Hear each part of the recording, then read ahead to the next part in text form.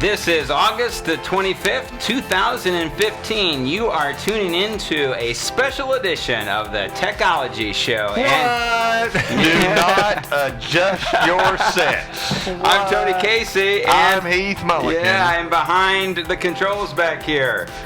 Say it. Hey, I'm Matthew TG, and my camera's not set up. That's the thing I forgot to do. I can't believe how out of practice we are with all this kind of stuff. Let me set up a camera for myself while you all continue to talk. Yeah, so this is the first time that we have done a podcast since April of 2014. In some ways, it doesn't seem that long, but in other ways, it seems like forever. Well, it feels like a long time to me. Especially for TG. I wish you could watch him over the last hour, man. Like everything he knew, it seems like he's forgotten. Well, that sounds horrible. And listen, we do have a reason for doing this, but we, when we did the gathering, that was the last time you saw all of us online. That was just a phenomenal experience. But we have all this new equipment that we really haven't had a chance to test out. And if you could see... Man, if I could get my camera working here, if I could find the stupid layer, keep talking. You can keep do going. it, Matthew. You can do it. But we're not, as you can tell, we're not in the same place. Yeah. And we should let people know we have other events coming up. The denomination's already talked to us about covering the General Conference next summer. We are talking with other departments in the denomination about 2 events that are coming up. I think officially the youth conference that's coming up I think we can say December. That. Yeah, we think we can say that. Matt, I mean, it's going to be different what we're doing there for them. That's not going to be quite the same. Good gracious, that's not even the right thing yet either. Yeah, I mean, I'll be at the youth conference interviewing people and doing that kind of stuff. So Tej is still having trouble getting his camera. Yeah, just keep talking because I'm almost there. I'm almost ready. Yeah, well, let's set up why. We're testing our equipment, but one of the reasons we are coming to you today is that Matthew contacted me last week, and John Oliver's show. Please give me the title of that. Last Week Tonight. Yeah, he covered televangelist last week, and this always becomes a sticky issue because you get into issues of the church writ large. You get into issues of the IRS. One of the unique things about the United States, or one of the wonderful things about the United States, is nonprofits or religious organizations are nonprofits, so they don't have to pay taxes. He gets into that in this video, and these things can be controversial even among Christians in terms of the way that they view it. And it went, I saw the video on Facebook. One of my Christian friends shared that with me. By the way, I'm here now, so I can see myself, which is great. So let me roll back for a second. I'm actually going to take my camera down so you guys can see. We got all kinds of new stuff to play with. This is a new soundboard. Look at these control. Look at this control deck. Isn't that nice? Look at you slide this button right here. Yeah, don't ruin anything. Do not touch You're 2 days in setting this up, so don't spoil it now. We got our big time video switcher running down here. That's crazy. And I gotta stay familiar with what I'm doing here, else I'm running out. Like, it's gonna be crazy town at a youth conference. All right. Okay, Camera's going back up. Wait. So that camera, keep it on yourself there, It's there, yes.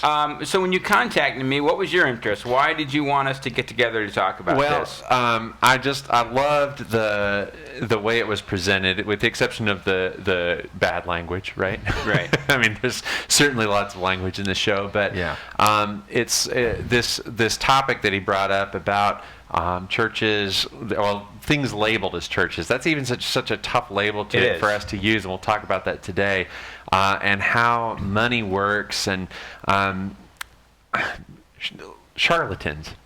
I mean, charlatans is what it is. People who are taking advantage of the poor in a terrible way, and he brought attention to it. And the reason I brought it to you, Tony, is because John Oliver has, in the now 2 years that he's been doing last week tonight, he's moved the needle a couple different times. Once on the matter of national security, stuff with Edward Snowden, Yeah, a the couple NSA, different things yeah. like that. He has caused a move in the needle, and I think that this did it as well. In fact, last night was another episode. They're off for 2 weeks after this, but I saw on YouTube the clip at the end of the show was him going through and walking through the things that people had sent him, the financial donations that people had sent. Yeah. I mean, we'll get into how Yeah, all we that will. came about to be, but it still is people responded to this. It Right. blew up last week, and I think that we have a unique perspective to bring to this that may not be what you'd expect. You know, you might not Right. expect that three pastors would sit around and agree or cheer on the the dirty mouth little Brit, right? Yeah. Yeah. yeah. So the best place to start here is to just acknowledge what Matthew said, and that is there's some language in this video. It runs 20 minutes long, and so we just got to put on our big boy Yes. pants and our big girl pants and just understand that. Right, that you are watching a comedy show that's on HBO, Yeah. but even in the midst of that comedy, I love this bit. I love this whole piece. I love that style, that Jon Stewart style of how, even the cadence of how they talk. Love that. That's sarcastic. It's just that sarcastic That's tone right. all the way through. And if you like sarcasm, it kind of plays. Oh, yes. So I wanted to start by going back 20 years, because in 1991, this is 24 years ago, ABC, their show Primetime, Diane Sawyer was hosting it then, did an expose on Tilton. And so I've got a little bit of a clip from that. It's, minute and a half, 2-minute clip here. So, Teej, let's watch that, and then we'll use that as a jumping off All right, point. here we go. Man who takes in more money than the income we figure of Madonna and Michael Jackson combined. As we said before, it takes a lot of money to keep one of these TV ministries on the air. But we have been told that making money and marketing are what this man does best. People said his organization is a state-of-the-art factory for donations, all for the operations and bank accounts of the Robert Tilton Ministry. So one of the things, I picked out that clip because think of that during the time, 1991, that Tilton was bringing in more money than Madonna and Michael Jackson combined. Yeah. That's incredible. Yeah. That's a pretty. You know my first experience with Robert Tilton? Have I ever told you? Yes, I thought you were gonna I can say. only You know what it imagine. is? Yeah. It was in college, so I had no idea who this guy was until I was in college, and a guy named Jason Teagan, sorry, brought this video of the flatulating pastor. I was wondering how you were going to say that. Yeah. I was trying to pick a nice word to use. The flatulating pastor, right? And oh my word, that It was was so funny. Yeah, So there funny. were people that had that on videotape, so that was our version of viral for the day. Was it really? So they'd bring around Oh, VHS yeah. tapes? Oh, or- I remember that on VHS. Yeah. Wow. So let me tell you about a conversation I had. I watched this in 1991. I was cheering ABC. I was cheering Diane Sawyer. I thought, way to go, expose this stuff. And to my surprise, there was a pastor friend of mine who reacted totally opposite. This is bad. Wow. It's bad for the church. ABC is evil. Diane Sawyer is evil. And this stuff shouldn't be aired. And I couldn't have disagreed more at that Right. time. And now here we are again, 20 years later, and it's coming up again. And so Yeah. I think that the culture, the church culture, is changing a little bit, because like we said, this was shared with us. I mean, I was on the dark web when I found it. But Right. Heath, I think for you it was. He was on Facebook. I was on Facebook, Yeah. and people and people were sharing it and cheering what what John Oliver said. And if you go back, and I think Jesus is probably the best example we can use. It's always good to go to Jesus. I'm just saying. This, religious people who preyed on the poor, he got killed for talking about them. Yeah. Yeah, I mean, notice the people in the Gospels that Jesus is busting their chops. Right. It's the religious people. When you find people like the woman caught in adultery, where the law is clearly against her, Yeah. Jesus' response is one of compassion, one of love, and one of forgiveness and restoration. Yep. And so I feel the same way. We talked earlier. I feel the same way that we, the church, ought to bust this kind of nonsense. Right. Now, this isn't in the show notes, but there are actually companies now that you can go to training, and I have been to one of these trainings, and they teach you how to increase your offerings and this is what you need to say during the offering. This is how you can lead up to the offering. This is when you need to do your offering. There is this science. It's like this science to it. And I'll be honest with you, as I sat through this seminar, it was just kind of like, I didn't really know how to take it, but I don't know. Well, it's worked here at our church. I know. But like, to me, Well, I really did. I talked about this Sunday, and it was hilarious. I knew after. I mean, I was so excited about everything, and I feel like people were engaged to the point where it was a quarter after 12, and I realized what time it was. Things had gone long. Yeah. So I'm trying to wrap it up, and then I'm praying, and right after I said amen, I said, okay, now the ushers are going to come forward, and we're going to take an offering. It was pretty funny. It was pretty funny to see. But anyways. yeah. So for a while, some of these companies, they'll send you an offering script where there's like a story you tell lead up to the offering. And I tried to do that for like a month, and it felt very unnatural. And I know a lot of churches do that, and God bless you. They're not doing shady things with their money. They are doing ministry. They are feeding the poor. They are contributing to the community. John Oliver's point is a lot of these televangelists aren't helping anybody but themselves. So he starts out by, at the very beginning, he starts out by just saying that, there are a lot of wonderful, good causes where people are giving to the church, and he wants to separate the church and all the good work it does from televangelists. And we have that clip. You wanna? Well, I don't know that I have that clip. What I have here is there's just a screenshot. And the bad thing is there was this is the picture that kept coming up during the episode. Yeah, I think I got that here. Let's see. 02. Yeah, there we go. Yeah, I got you. And you can't see it, Heath, but on it, so he has talked about all the good things that the church does, and that this segment's not about that. There are 350,000 congregations. Yeah. But the problem is the graphic he keeps throwing up. What does it say? It says church. It says church. Instead of praying hands, it says church, and that's such a broad brushstroke. And I can't blame him. I mean, I can't, because what's right. I mean, there's right. That's how anybody would look at ministry like Creflo Dollars or whatever. It is a church. In a way, but it's not what you and I would want to be classified as a church. Correct. And you guys have served on the district board with me, and you know that one of the themes I continue to come back to in meetings is when we do things that aren't right in the church, it is the name of Christ at the end of the day that gets dragged through the mud on this kind of stuff. And here you go. And this is it. Yeah. Exactly. So there are several segments of this that I tried to break it down for us to talk about. So one of the first things is just excess. The excess that you see among these televangelists. So we're going to talk about some jets here. I mean, they talk about it on the Oliver show. So go ahead and play this. Earlier this year, a man named Creflo Dollar got people's attention with a bold request. Pastor Creflo Dollar of the World Changers Church International facing harsh criticism after starting a fundraising campaign to buy this $65 million luxury private jet. If I want to believe God for a $65 million plane, you cannot stop me.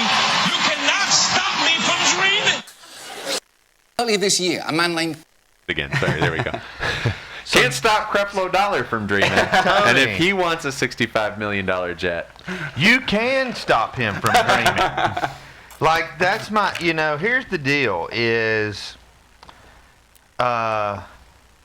in some churches, church plants especially, and I don't know the structure of Creflo Dollar's church. I don't know if they're a part of a denomination. Probably should have done that research.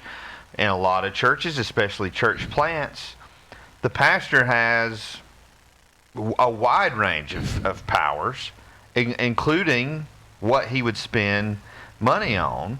And if I know in our denomination, I couldn't go buy a $65 million jet Right. without the board's approval. This is about if you follow what Oliver is pointing out here. It's all about excess, and not just excess, but the attitude that they have. Yeah.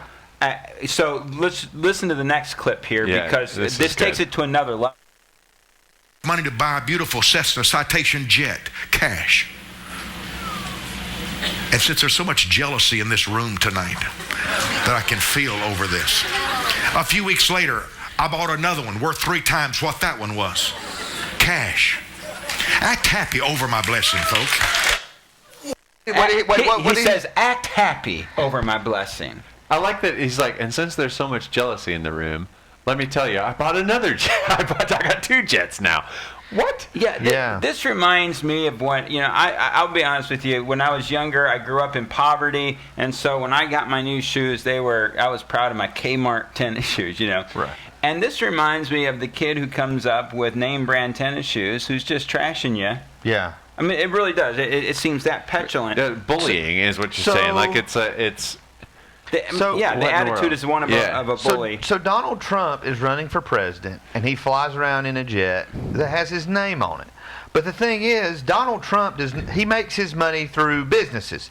He does not make his money through donations Right, that he is exactly. taking in. He is for profit. So that is where I hope that you people watching this, like the fact that they are taking in donations and using it for such opulence. Now, if a pastor wants to use his salary to buy a nice car, Whatever. okay, great.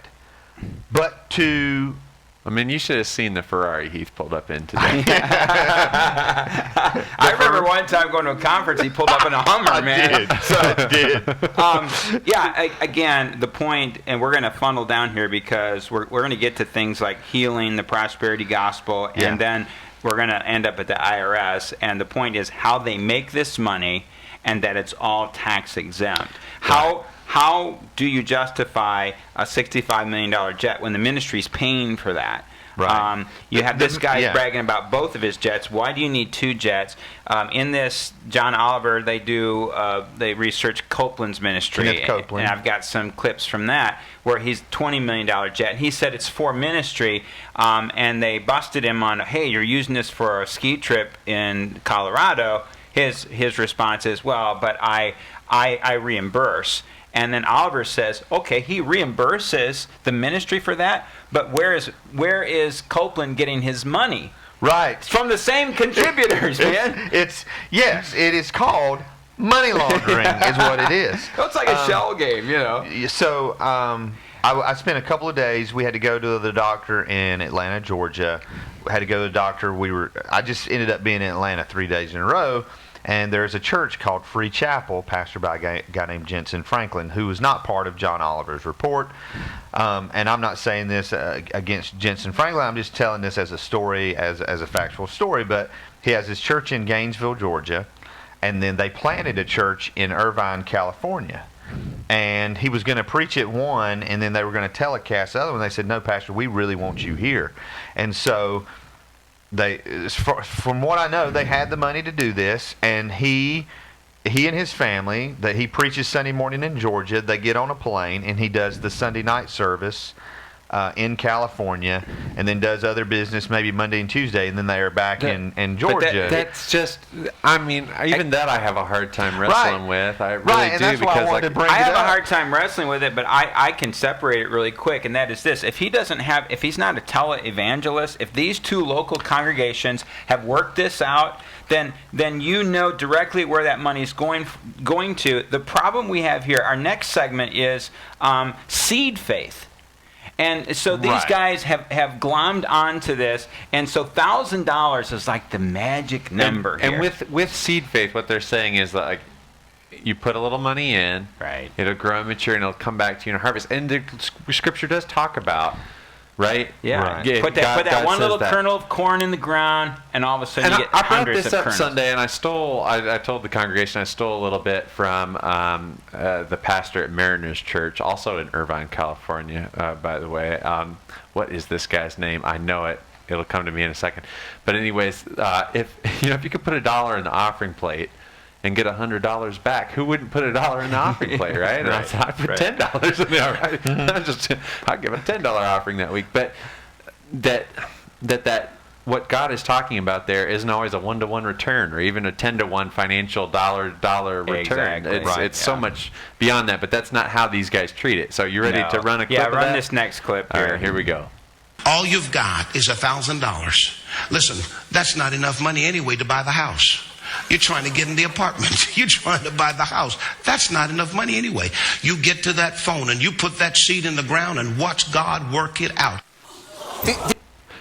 Yeah, and so part of the deal is, and not in that clip, but in other clips, they encourage people to use their credit card. You don't have the money, well, go out on faith, use your credit card to get the $1,000. Oh, this is Matthew's favorite Oliver part. used a clip on this. I mean, you want to talk about something We have the clip. predatory. We have the yeah, clip. well, we'll play it here. Just this is predatory right here. Let's watch this next one. I have a feeling that somebody that wants a credit card debt wiped out, that if you'll use your faith as you sow the 1,000 on a credit card, as you use your faith, God's going to wipe out your credit card indebtedness. Okay, if you're watching this, all right, I want to be crystal clear for you, okay? I speak for myself. I don't speak on behalf of the Wesleyan Church or the Technology Show. It is a sin to put your tithe on a credit card. That defeats the whole purpose because that's not your money. You are basically getting the bank to pay your tithe. That is the dumbest thing. But ridiculous. But that's a side issue, Heath. I mean, the main issue here is that. Yeah, I want my cashback bonus from Discover Card on my tithe, Heath. I don't know why you're trying to limit that from me. There you go. So you busted Matthew on that, man. What happened Way to to go, give? Heath. What happened to giving He's without the producer, man. What do you? What happened to giving without expecting anything well, in return? The whole point, what sickens you in this video is the fact that you would never counsel. If I was a financial counselor, I'm not a financial counselor, but I know enough to look at a guy who's strapped with credit card debt. I'm not going to say, I think I got the solution out. Put another 1,000 on there and give it to me. Dave Ramsey, if he watched that report, he hit the roof. Yeah. Because his whole thing, is cut up your credit cards. I mean, just think of that for a moment. He's saying, here's the solution. You need to make one more $1,000 expenditure, and it's to me and to my ministry. This is the guy who bragged about his 2 jets. Right. So what about the scripture that talks about the borrower is slave to the lender? What about that scripture? You don't hear them. They don't do a lot out of Proverbs and stuff. They do a lot of, they kind of write their own scripture. It's all part and parcel of the prosperity gospel. Right. And this video delves into the darkest recesses of that. We've talked about the financial, the next segment, and this is heartbreaking, and it's the physical part of it. They talk about Bonnie Parker. Let's watch this first one. It's her daughter speaking. Started finding notebooks. Not long after she passed away, she believed, and I know she believed because it's in the notebooks, that if she sowed enough seed, which was money, the greater amount of seed that you sow, according to them, the better chance you have. The better chance you have of getting healed. So here you have this woman who is refusing to go to the doctor, and she's thinking, if I just pay enough, that then shows my faith, and God will then heal me. Now, to John Oliver's credit, you could pick that apart to say, oh, you're just making an extreme leap. But then I have another clip here. Now this is Gloria Copeland speaking on the subject of cancer. Yeah, sorry, I wasn't fast enough to cue that one. Okay. Give me just a second. All right. And again, this goes into the whole part and parcel here of health, wealth, prosperity, gospel. And in a moment, both of us had Dr. Bob Black at Southern Wesleyan, so I want to wait till this clip is done. All right, but ready. He has a theory about the health, wealth, prosperity, gospel. Here Okay, it is. go ahead. Here it is. We know what's wrong with you. You've got cancer. The bad news is we don't know what to do about it, except give you some poison that'll make you sicker.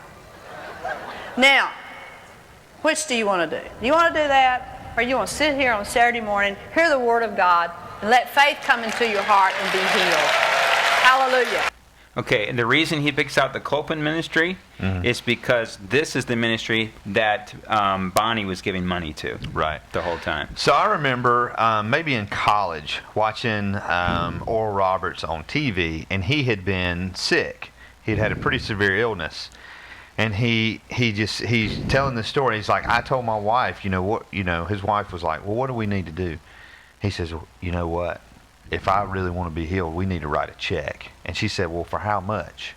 He said, for all of it. Just write a check for all of it, and we'll trust that I'll be healed. And he's telling this story during the appeal of trying to get money from people, meaning if you write a check, you won't have cancer. Let's just listen. I'm not a medical doctor, but it doesn't matter how much money you give to anybody. You're going to die someday. So I respond to that by saying this, that it is a complete and utter misunderstanding of God's relationship with the Hebrew people. One of the first things he had to educate the ancient Near Eastern culture on was this idea that you are not going to manipulate the gods. First, there's only one God, monotheistic, and you can't be doing things and get the gods over the barrel, or God over a barrel. Right. It's a very pagan concept. This whole thing is very pagan. That story you just shared, it's a pagan concept. Right. I'm going to do this, and boy, God's just got to come through.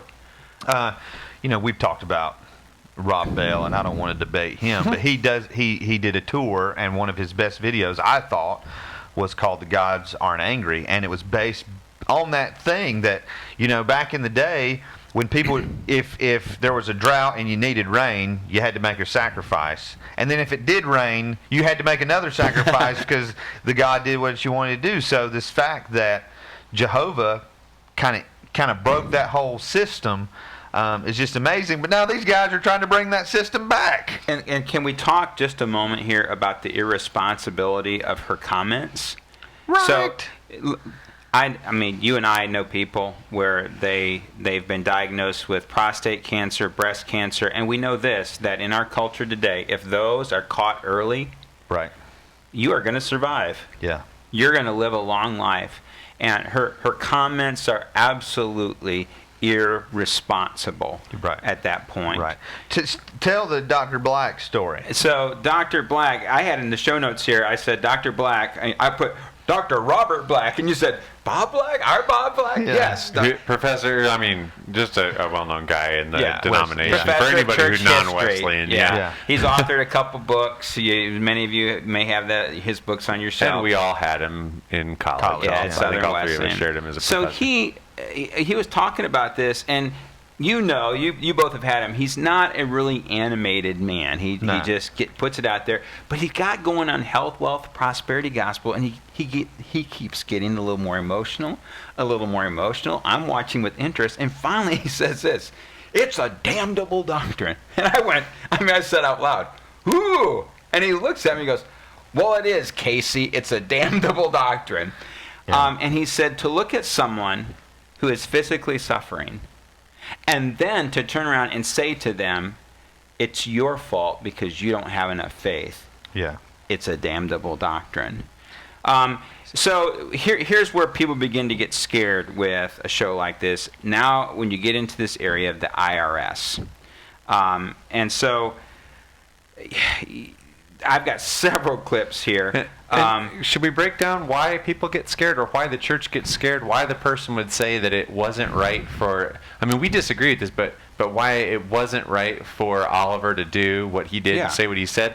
The fear is that that if the hammer comes down on these ministries, it's going to come down on the church, and that means us too. And so better to just sweep it under the rug and act like it doesn't exist, and turn our backs to it and not mention it and say, I wish that had never come to light, than to say, good for you, John Oliver, for putting this out, and we want to say that we as pastors say, keep it up, good work. Yeah, absolutely. That's the fear. It is the fear. It's the absolute fear that we'll lose tax exemption that we have. Well, and a lot of these guys, I haven't done research on all these guys, but do they have a local church that's supporting them, or is their ministry wholly on television that's where most of their donations come from? It's both and for many of these. The ones he points out have both a local congregation and this national appeal through televangelist. But everyone, the common thread is they are a televangelist. Right. Tilton may not have a church anymore. I'm not sure. So let's look at this first clip here to give you an idea of the benefits of the IRS. And being designated a church confers all sorts of benefits, like the parsonage allowance, which allows the Copelands to live in a $6.3 million house tax exempt. This is their house. That is a parsonage, which only makes sense if by parsonage they mean house that looks like it cost the net worth of Big Bang Theory's Jim Parsons. See, that's why these shows are fun. This is the sarcastic vein that runs through. So I mean, let that sink in. They live in a $6.3 million parsonage, and it's all tax free. So I mean, if I'm being honest, are there benefits to me as a pastor tax wise for what we do? Yeah, there are some benefits. I'm not going to lie, about that. But okay. So I'm going to stop you. My point to that is to say, and there are sacrifices you make. Correct. For the ministry that you do. So how can you equate with what Heath does with what the Copelands do, and especially the way the Copelands are making money off of a Bonnie, I can't think of her last name right now, who is sending them money instead of going to the doctor? Well, here's the thing, is I couldn't live with myself if I did that to somebody. Oh, gee. Like my brain cannot wrap. Listen. So now you're getting into ethics. I mean, My wife's dying. My wife has Huntington's disease. Okay, we face that every day. If some fool pulled this mess with us, let me tell you, I have never been in a fight in my life. Not a physical fight. Okay, I've seen pictures of wrestling. That's right. But I'm telling you, those are fighting words. And if I ever heard of a pastor taking advantage of anybody in my family, telling them something like that and took advantage of them financially, preyed on their sickness, their illness, that is despicable. Dr. Black's absolutely right. I mean, You would see that as immoral. I would see it, yes. Unethical. It's sin. It is a sin to do what those folks are doing. So here's the thing. We started out with Robert Tilton. One of the things that he points out is, hey, Tilton is still alive and well. Show the next video clip here. When you can operate with so little oversight, it is amazing what you are able to do. Look at Robert Tilton. If you ever send him a donation, you cannot imagine what happens. And luckily, you don't have to imagine because, and we should probably come clean here, we have been involved in a correspondence with Robert Tilton's church for the last 7 months to try and find out what he tells people. So settle in, because this gets incredible. And it does. Yeah. So the expose is in 1991. Teach, how old were you then? 91, I would have been 6. Yeah, I'm not going to ask you, Heath. I was 16. You were 16. I was 20. I was 27.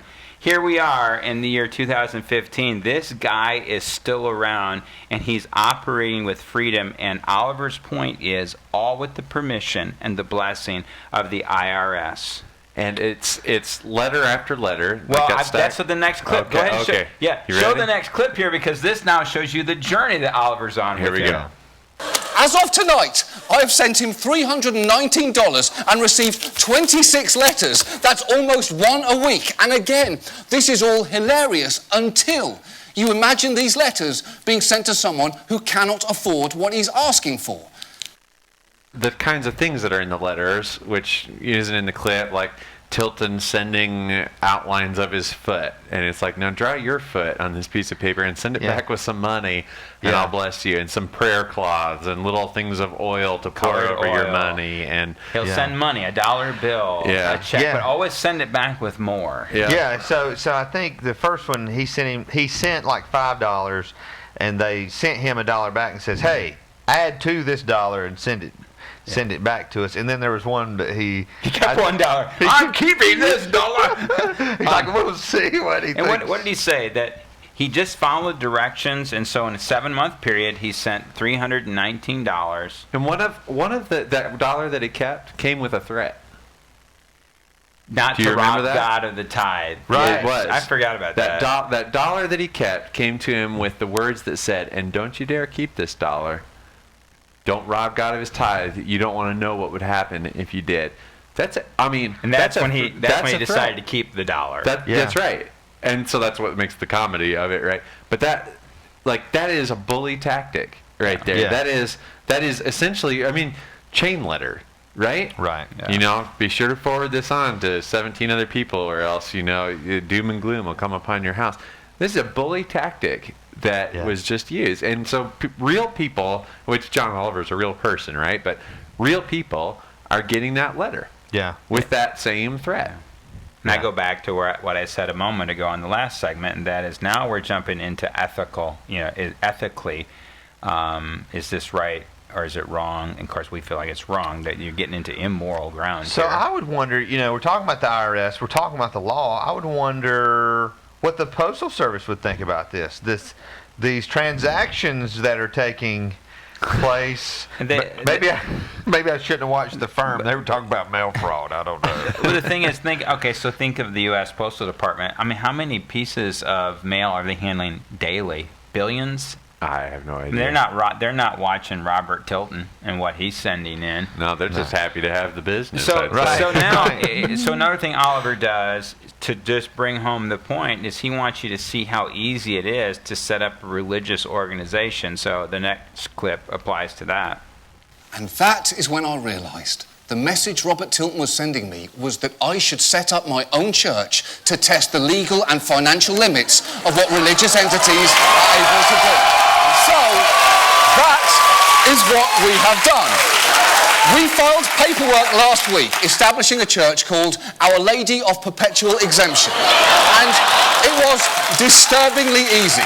To make sure we did this correctly, we had this actual tax lawyer walk us through the process. Now, while the IRS does not have a definition of a church, they do have a 14-point test as a guideline for churches. But not only do you not have to meet all 14 points, we'd already met some of them by accident. For instance, you need an established place of worship, but we meet every Sunday in this studio in New York, and apparently that genuinely counts. So the thing that stands out to me is the words incredibly simple. How simple it was. They set this up a week before the show. Right, a week before the show in Texas, they set all this up, and they're a 501 whatever C3 PO. I don't know. Yeah. So he is taking donations. Now you said that you found out where those donations are going. Their church. Yeah. So if you go to, we'll put a link up. Our Lady of PerpetualExemption.com. It's a very simple website. You click on the donate page. It has like a thing. It gives you the address where you can mail your donation, and then it says this: because Tony tried to make a donation, Our Lady of Perpetual Exemption will not be able to accept donations from church supporters from the states of Mississippi, Nevada, Pennsylvania, or South Carolina. We apologize for any inconvenience. Our Lady of Perpetual Exemption may choose to wind down and dissolve in the near future. Upon dissolution, any assets belonging to the church at that time will be distributed to Doctors Without Borders, a nonprofit charitable organization it's a great that is tax organization. exempt under 501c3 of the Internal Revenue Code. He gives their EIN number, and which provides emergency medical aid in places where it is needed most. And that's one thing TG said as we were talking about this, that more than likely they have set it up. They're not going to keep this money. No, I guarantee you they won't. He would be blasted. He would be blasted if he kept it. Right. They're gonna pass it all right on. Let me just say this. In this brief paragraph on a satire site, John Oliver is more transparent with the finances of his church than many other churches. Keith, Good observation, Great because that is observation. true. Yeah. That is true. And I mean, look, right before our untimely demise, Right. we were talking about. What are you talking about? We were talking about Elevation Church a lot, Right. and they were going through a lot of things about. Can we see the books? Can we see the Right. books? Can we look in and see Yeah. the finances? And it was no, you can't. And we raised the question at that point, like, why not? Why not? Right. And I mean, we're set up that way here at Golden Grove. Anybody's a member of the church can ask for it and get it, and Yeah, even a we po- non-member could look in and see. I mean, we post our monthly financial statement. We post that. Listen, I remember back in the 80s, ABC, I believe, I should just say one of the major networks did an expose on televangelism back then, and it was 3 ministries: Swaggart, Jim Baker, PTL, and then Thomas Road Baptist, Jerry Falwell. And The old time gospel hour. you guys, The old time gospel hour choir. Heath was just singing a song there. And I will tell you, there was one impressive moment in that whole thing. So they asked Swaggart, "Can we see the finances?" Nope, can't see it. Asked Baker, "Nope, this is God's business. It's not, it's not your business." They approached Falwell, and whatever you think of Thomas Road Baptist and their ministry. Falwell's response is, "There's the room, there's the light, here's the key. Make sure you lock up when you leave." Yeah. Yeah. It's impressive, And again, whatever you think about Jerry Falwell, is when they started Liberty University, I think he realized we got to be above board with most of this He stuff. just was. He had integrity about it. He kind of followed, I don't know that he intentionally did it, but he followed the same blueprint that Billy Graham set down. Right. Graham always had the finances out there for everyone to see. So, obviously we have to land this thing. I think our purposes, all three of us had the same heartbeat on this, and that is, I'm sorry that John Oliver has to bust our chops on this, but someone needs to be busting our chops on and it. have we made the statement yet? And somebody might have, and I just wasn't paying attention, that maybe if Jesus were here, that he'd be busting chops on this kind of thing too. Right, exactly. And, my thing is, this whole IRS exemption, I know there's a lot of people that would like to see it go away, and if it went away fully, it would greatly impact the church. Listen, the landscape of the church would change completely. We were talking about that. The whole, what would happen to it? Like, think about our denomination, the denomination structure. Right. If all of a sudden, the funds that we give to support our denomination, that would have to increase, but at the same time, you're doing taxes, and a lot of churches would. It would blow up the landscape, but the church would survive. Right. So my whole deal is the real church, not the John Oliver everything covers church. Yeah. I've had conversations with people. Man, what if we had to pay property taxes? I was on just our thinking church? that. So what if? So a couple of things. Man, what if we had to pay property taxes? And man, what if we? Of course, I don't know a lot of Christians that give. There's a certain level you have to give charity-wise for it to even count toward your taxes. So most people who are given, they do get a note, and it's tax deductible, but it's not enough that they actually qualify for that deduction. So my thing is, and this is, again, my personal opinion, is I believe the government holds that over the church's head. We saw it. I don't think they because hold during over the it. election cycle, there's whatever you think about Jim Garlow. When there are elections, then they say, well, churches, you can't talk about this from the pulpit. You can't endorse a candidate. That they're telling us what we can and can't say. And I really do think that I think I need like this border that can go up around the video at this time in the show that says each conspiracy theory. No, you can be. Listen, I'm with totally, you. I'm straight up with you. There have been politicians who have certainly implied that. Well, I would just hate to paint with a broad brush to say the government. Yes, are there politicians who threaten this kind of stuff all the time? Yes. But I wouldn't use the broad brush of the government. So, but now let me just say this. I do not think it is appropriate for a politician, someone running for political office, to give to use the church's pulpit to further their campaign or to totally give a agree. political Totally speech. agree. Now, if Ben Carson wants to go to a church and he wants to share I was just going to bring that up. and he wants to share a message and he wants to preach and he wants to talk about the moral things that are part of an election process, I don't have a problem with that. What about? Okay, I'm just gonna give it up. The reason we've done all this is to say if you'll plant a seed, Faith, today, if we'd had seeds, the show would never gone away. But also, if the church didn't have these exemptions, would the church have operated differently and more effectively? Okay. I think you have to understand these exemptions historically, and that is this. You remember our good buddy Steve Stanley, when he used to be part of the technology show. One of the points that he would constantly bring up is that while we saw Social Security and things of this nature as a good thing when it came about, he said there was something that the church lost. Because up to that point, the American culture turned to the church in times of need and for charitable things. And so the government honored that by giving these tax exemptions. Now think of that in the light of what Copeland does, in the light of what Tilton does, Creflo Dollar, and the list goes on and on and on. It's an affront to the gospel. It flies in the face of what the founders of this nation, or let me say this, how government was established after that in terms of allowing these tax breaks. Here's my opinion is these ministries should not be exempt. This is ridiculous. This is opulence, and it's not ministry. The community is not benefiting from it, and we are being painted with that kind of stuff, which they don't represent us at all. I do think that I would love for there to be within the exemption some standards that, hey, if you're going to be a church, a charitable organization, your books must be open. Not just, okay, here's our budget and there's 5 bullet points. The detailed budget.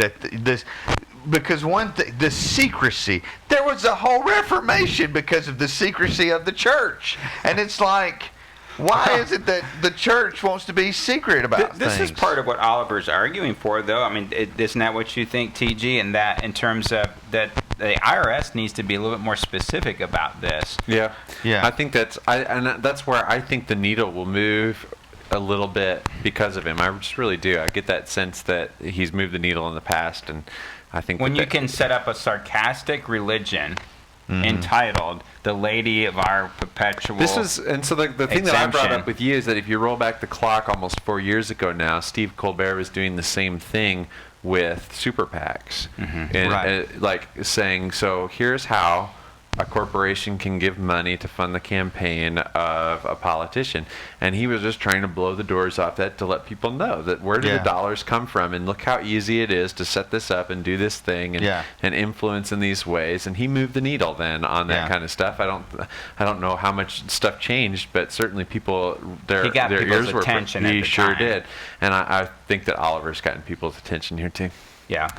All right. Yeah, I'd be interested to see if other news organizations picked up on this. Has this story spread? Is it just a video that we're passing around on Facebook? That would be very curious to me. But I would love for this to start conversations, and Christians should not be afraid. You shouldn't be afraid of I think, again, let's go back to Jesus.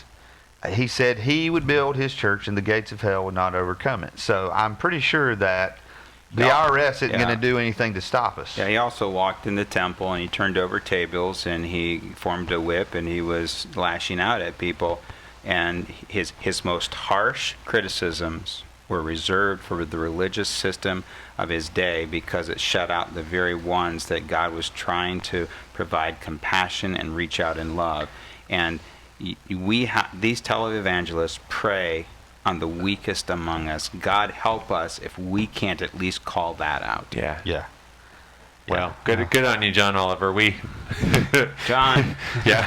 Watch your language, though. We do need to find out why. We are going to come wash your tongue off with soap. But other than that, we do need to find out why we can't give a donation from South Carolina. yeah, that is strange. Because we were going to do that. In fact, the title of this episode to try to get y'all's attention on it was going to be, three pastors give an offering to Our Lady of Perpetual Exemption. Yeah.